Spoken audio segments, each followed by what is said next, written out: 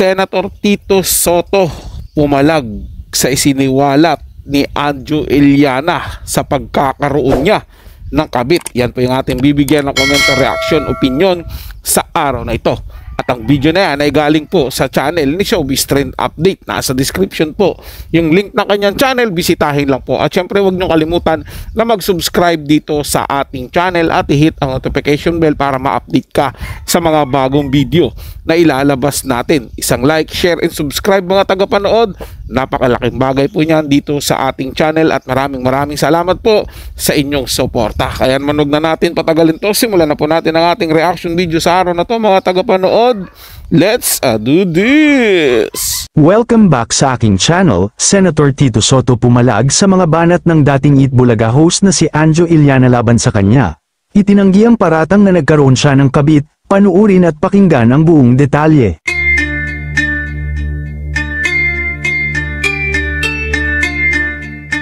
Muling nahaharap nga ngayon sa kontrobersyal na issue ang Senator at Eat Bulaga host na si Tito Soto dahil sa mga naging pasabog ni Anjo Iliana laban sa kanya, na tila may malalim na galit sa Eat Bulaga, lalo na kay Senator Soto. Napilitan daw si Anjo na ibulgar na may kabit si Tito Soto dahil ayaw siyang tigilan nito sa mga umano'y paninira sa kanya at kawalan ng respeto bilang dating host ng Eat Bulaga.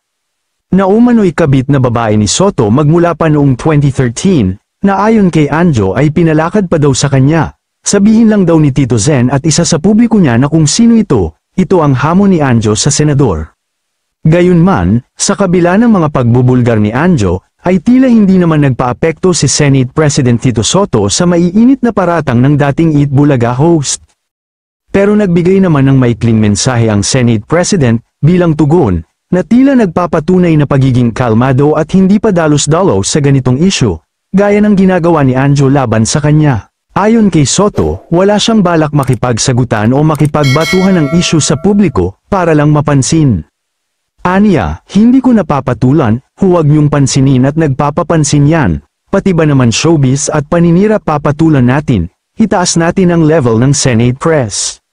Samantala sa gitna ng mga maiinit na kontrobersya, maraming netizens naman ang nagpahayag ng kani-kanilang opinyon tungkol sa issue. Yung ilan ay naniniwala na gusto lang daw siraan ni Anjo ang senator dahil hindi niya ito kaalyado, at marahil ay binayaran lang daw si Anjo, at marahil dahil na rin sa pagkakaalis ni Anjo sa Eat Bulaga, kaya naman malaki ang galit niya sa TVJ.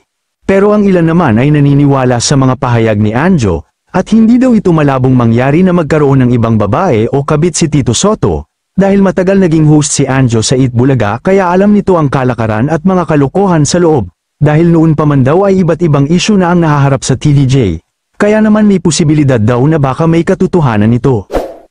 Nagawa umanong isiwalat ni Anjo ang mga nalalaman niya kay Tito Soto, dahil naiinis na daw siya sa mga taga-suporta ng senador na patuloy siyang binabatiko sa social media, kaya naman kung hindi daw siya titigilan at patuloy lang napapabayaan ni Soto ang kanyang mga taga-suporta ay patuloy na iinit ang usapan at isisiwalat niya kung sino ang pagkakakilanlan ng kabit ng senator. Kayo mga ka-showbiz, anong masasabi nyo sa ating showbiz topic ngayon? Doon pa rin talaga ako mga tagapanood sa paniniwala ko na may alam talaga ito si Anjo Iliana kasi nga po matagal silang magkasama dyan eh. 'Di ba?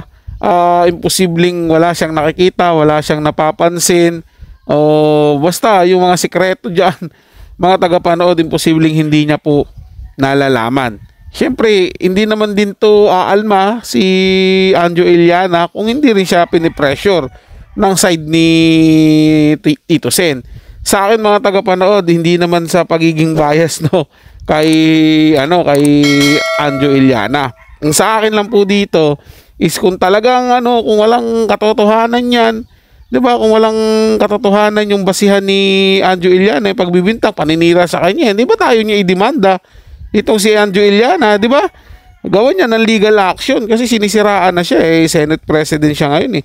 Pero sa akin, mga tagapanood, mula po nung parang tikom itong si Senator Soto sa issue ng ng corruption diyan sa politika. Alam naman niya na yung pinapanigan niya ngayon sandamakmak na nga yung patunay na korap pero wala pa rin siya, tahimik lang siya diyan bagkus tuloy lang sila dun sa sayaw na ibintang sa iba yung mga anomalya na nangyayari sa sa pamahalaan. Itong si Anjo Iliana, magkaiba na nga sila ng pananaw ngayon. Hindi sila magkasundo dun sa prinsipyo at pananaw ng kanya-kanyang panig nila. Eto, nagsambulat sila ngayon at na nga, maglalabasan na ng kanya-kanya nilang mga baho. Gaya nga ng sinabi ko, mga tagapanood, kung talagang malinis at totoo yung sinasabi ni Tito Soto na wala siyang kabit at nagsisinungaling to si Anjo Iliana, malinaw na paninira sa kanya yun, bakit hindi niya po demanda? Sa side naman ni Anjo Iliana, naniniwala ako na hindi niya naman sasabihin yan kung wala siyang patunay. Well, abangan na lang po natin mga tagapanood kung ano po yung mangyayari sa kanila sa susunod. Tingnan natin sa dalawang panig nito kung sino talaga ang nagsasabi ng totoo. Sige lang po mga tagapanood, ito ay comment at opinion lamang, wala pong personalan. Paalam po at mabuhay po kayong lahat. Maraming salamat po sa inyong panonood.